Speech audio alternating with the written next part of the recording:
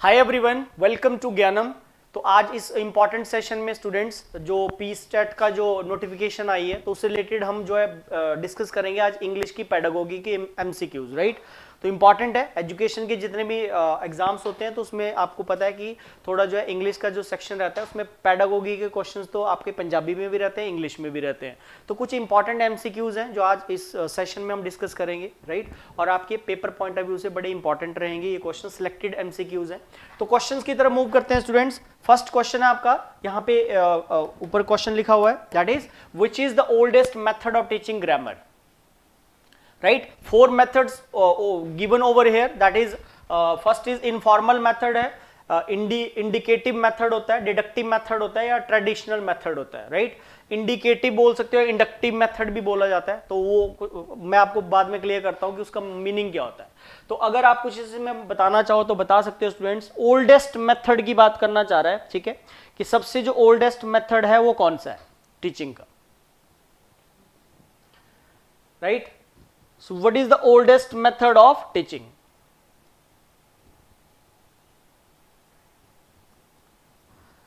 तो ओल्डेस्ट में अब आप यहां से आपको समझ आना चाहिए कि इनफॉर्मल मेथड कौन सा होता है। ये तो जब हम प्रॉपर हमारा जो बैच बनता है उसमें ये सारी चीजें आपको वहां पे भी बताई जाएंगी डिटेल में कि इनफॉर्मल मेथड कौन सा होता है, इंडिकेटिव मेथड कौन सा होता है, ठीक है, डिडक्टिव मेथड कौन सा होता है। हल्का सा आपको एक्सप्लेन कर देता हूं, ठीक है। डिडक्टिव मेथड वो होता है स्टूडेंट जिसमें पहले रूल रेगुलेशन सिखाए जाते हैं। पहले टीचर जो है पूरा प्रॉपर रूल बताएगा, फॉर्मेट बताएगा, आफ्टर दैट जो एग्जाम्पल देगा, that is called deductive method of teaching, right. और इंडक्टिव जो मेथड होता है उसमें क्या होता है कि उसमें पहले एग्जाम्पल्स गिवन दिए जाते हैं या कोई सिचुएशन पहले देगा टीचर, राइट। और आफ्टर दैट जो है बच्चों को जो है फिर उसके रूल रेगुलेशन जो भी है वो बाद में बताएगा, राइट। तो अप टू प्राइमरी लेवल तक ये माना जाता है कि जो इंडक्टिव मेथड होता है वो ज्यादा मतलब बेनिफिशियल रहता है, कारगर साबित होता है वो जो इंडक्टिव मेथड होता है।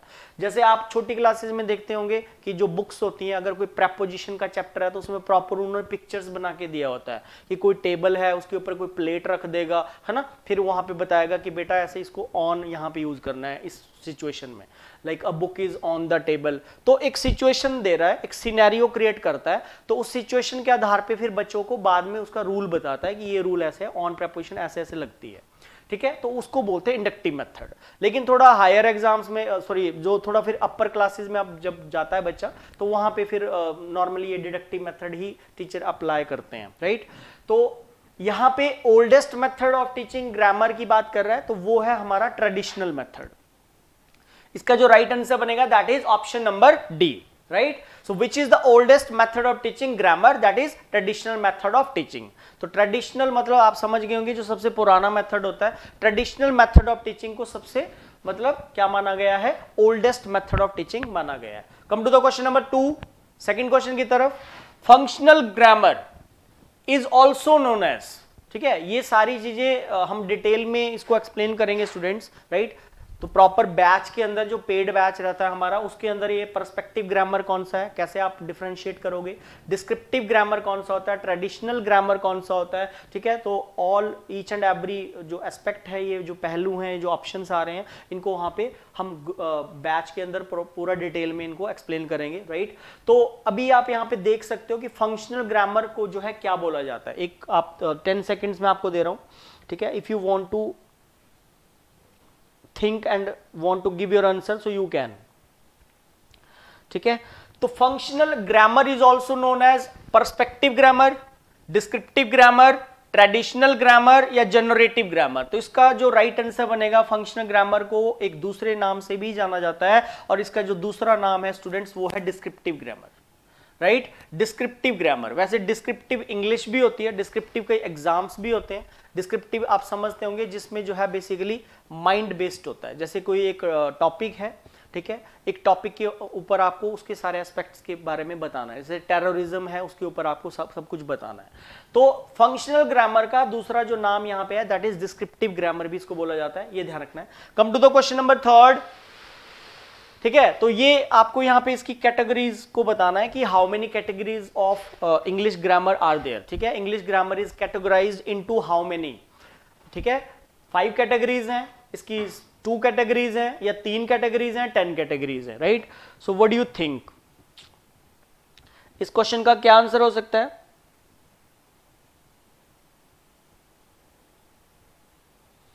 So how many categories of English grammar is? So there are 5 categories. ठीक है, इंग्लिश ग्रामर की जो है क्लासिफाइड किया जाता है इसको स्टूडेंट्स 5 कैटेगरीज में. ठीक है, इसकी 5 कैटेगरीज हैं, ध्यान रखना. It's not 2, B is the wrong answer, C is the wrong answer, D is also the wrong answer. Right. Come to the question number 4th. Which among the following is the best for teaching grammar?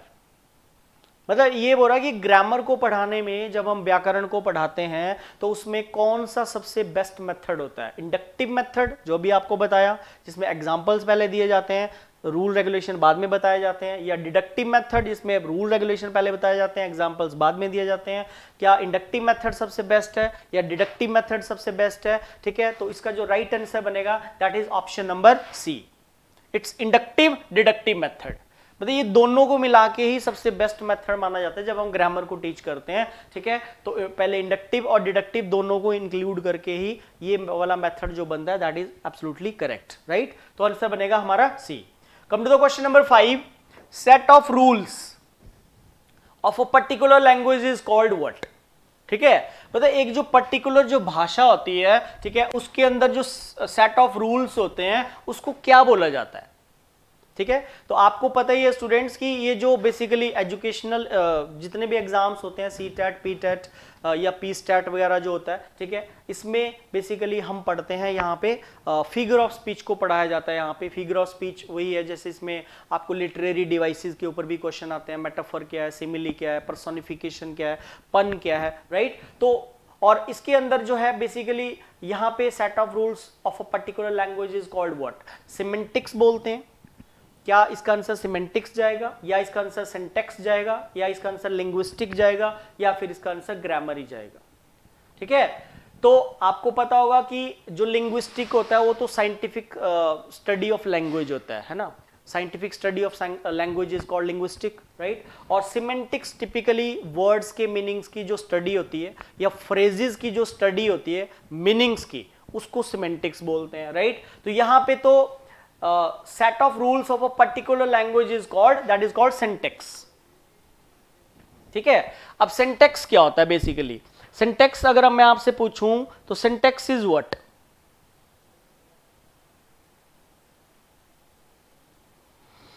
Syntax क्या होता है? Syntax होता है जो subject and verb agreement होता है. Parts of speech जो हम पढ़ाते हैं बेसिकली, जो दूसरे अदर कॉम्पिटिटिव एग्जाम्स होते हैं तो उसमें पार्ट्स ऑफ स्पीच रहती है, उसमें सिंटैक्स पढ़ाया जाता है.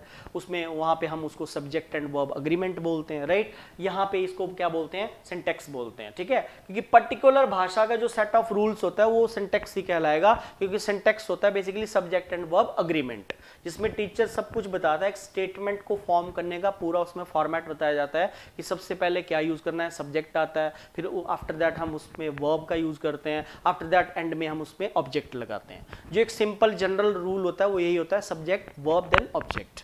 राइट, तो सेट ऑफ रूल्स का, एक पर्टिकुलर भाषा का जो सेट ऑफ रूल्स का जो स्ट्रक्चर है उसको सिंटैक्स ही तो बोलेंगे, क्योंकि उसका ये तो मीनिंग से रिलेटेड होता है, ये तो scientific study of the language होता है, ग्रामर तो नहीं होता. हम सिंटैक्स इसका आंसर लेंगे यहाँ पे. Right, come to the question number 6. ये आ गया आप क्वेश्चन नंबर 6 आपका. Semantics is concerned with what?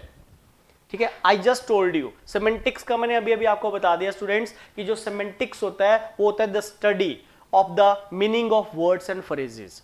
Phrases के जो मीनिंग्स होते हैं और वर्ड्स की जो मीनिंग्स होते हैं उनकी जो हम स्टडी करते हैं, तो that is called semantics. Right, तो ये यहाँ पे आपसे बोल रहा है कि ये किससे रिलेटेड होता है, किससे कंसर्न होता है? क्या ये मीनिंग से रिलेटेड होता है, क्या ये अंडरस्टैंडिंग से रिलेट करता है, या ये नॉलेज से रिलेट करता है, या ये कॉम्प्रिहेंशन से रिलेट करता है? So it's not D, it's not C, it's not B, the right answer is A. Right?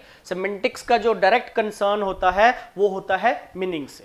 ठीक है, वर्ड्स के जो मीनिंग्स होते हैं और फ्रेजेस के जो मीनिंग्स होते हैं उसी से रिलेट करता है semantics. Right, come to the question number 7. What established relationship between words? शब्दों के बीच में जो संबंध एस्टेब्लिश करता है वो क्या करता है? ठीक है, out of 4 options you people have to answer.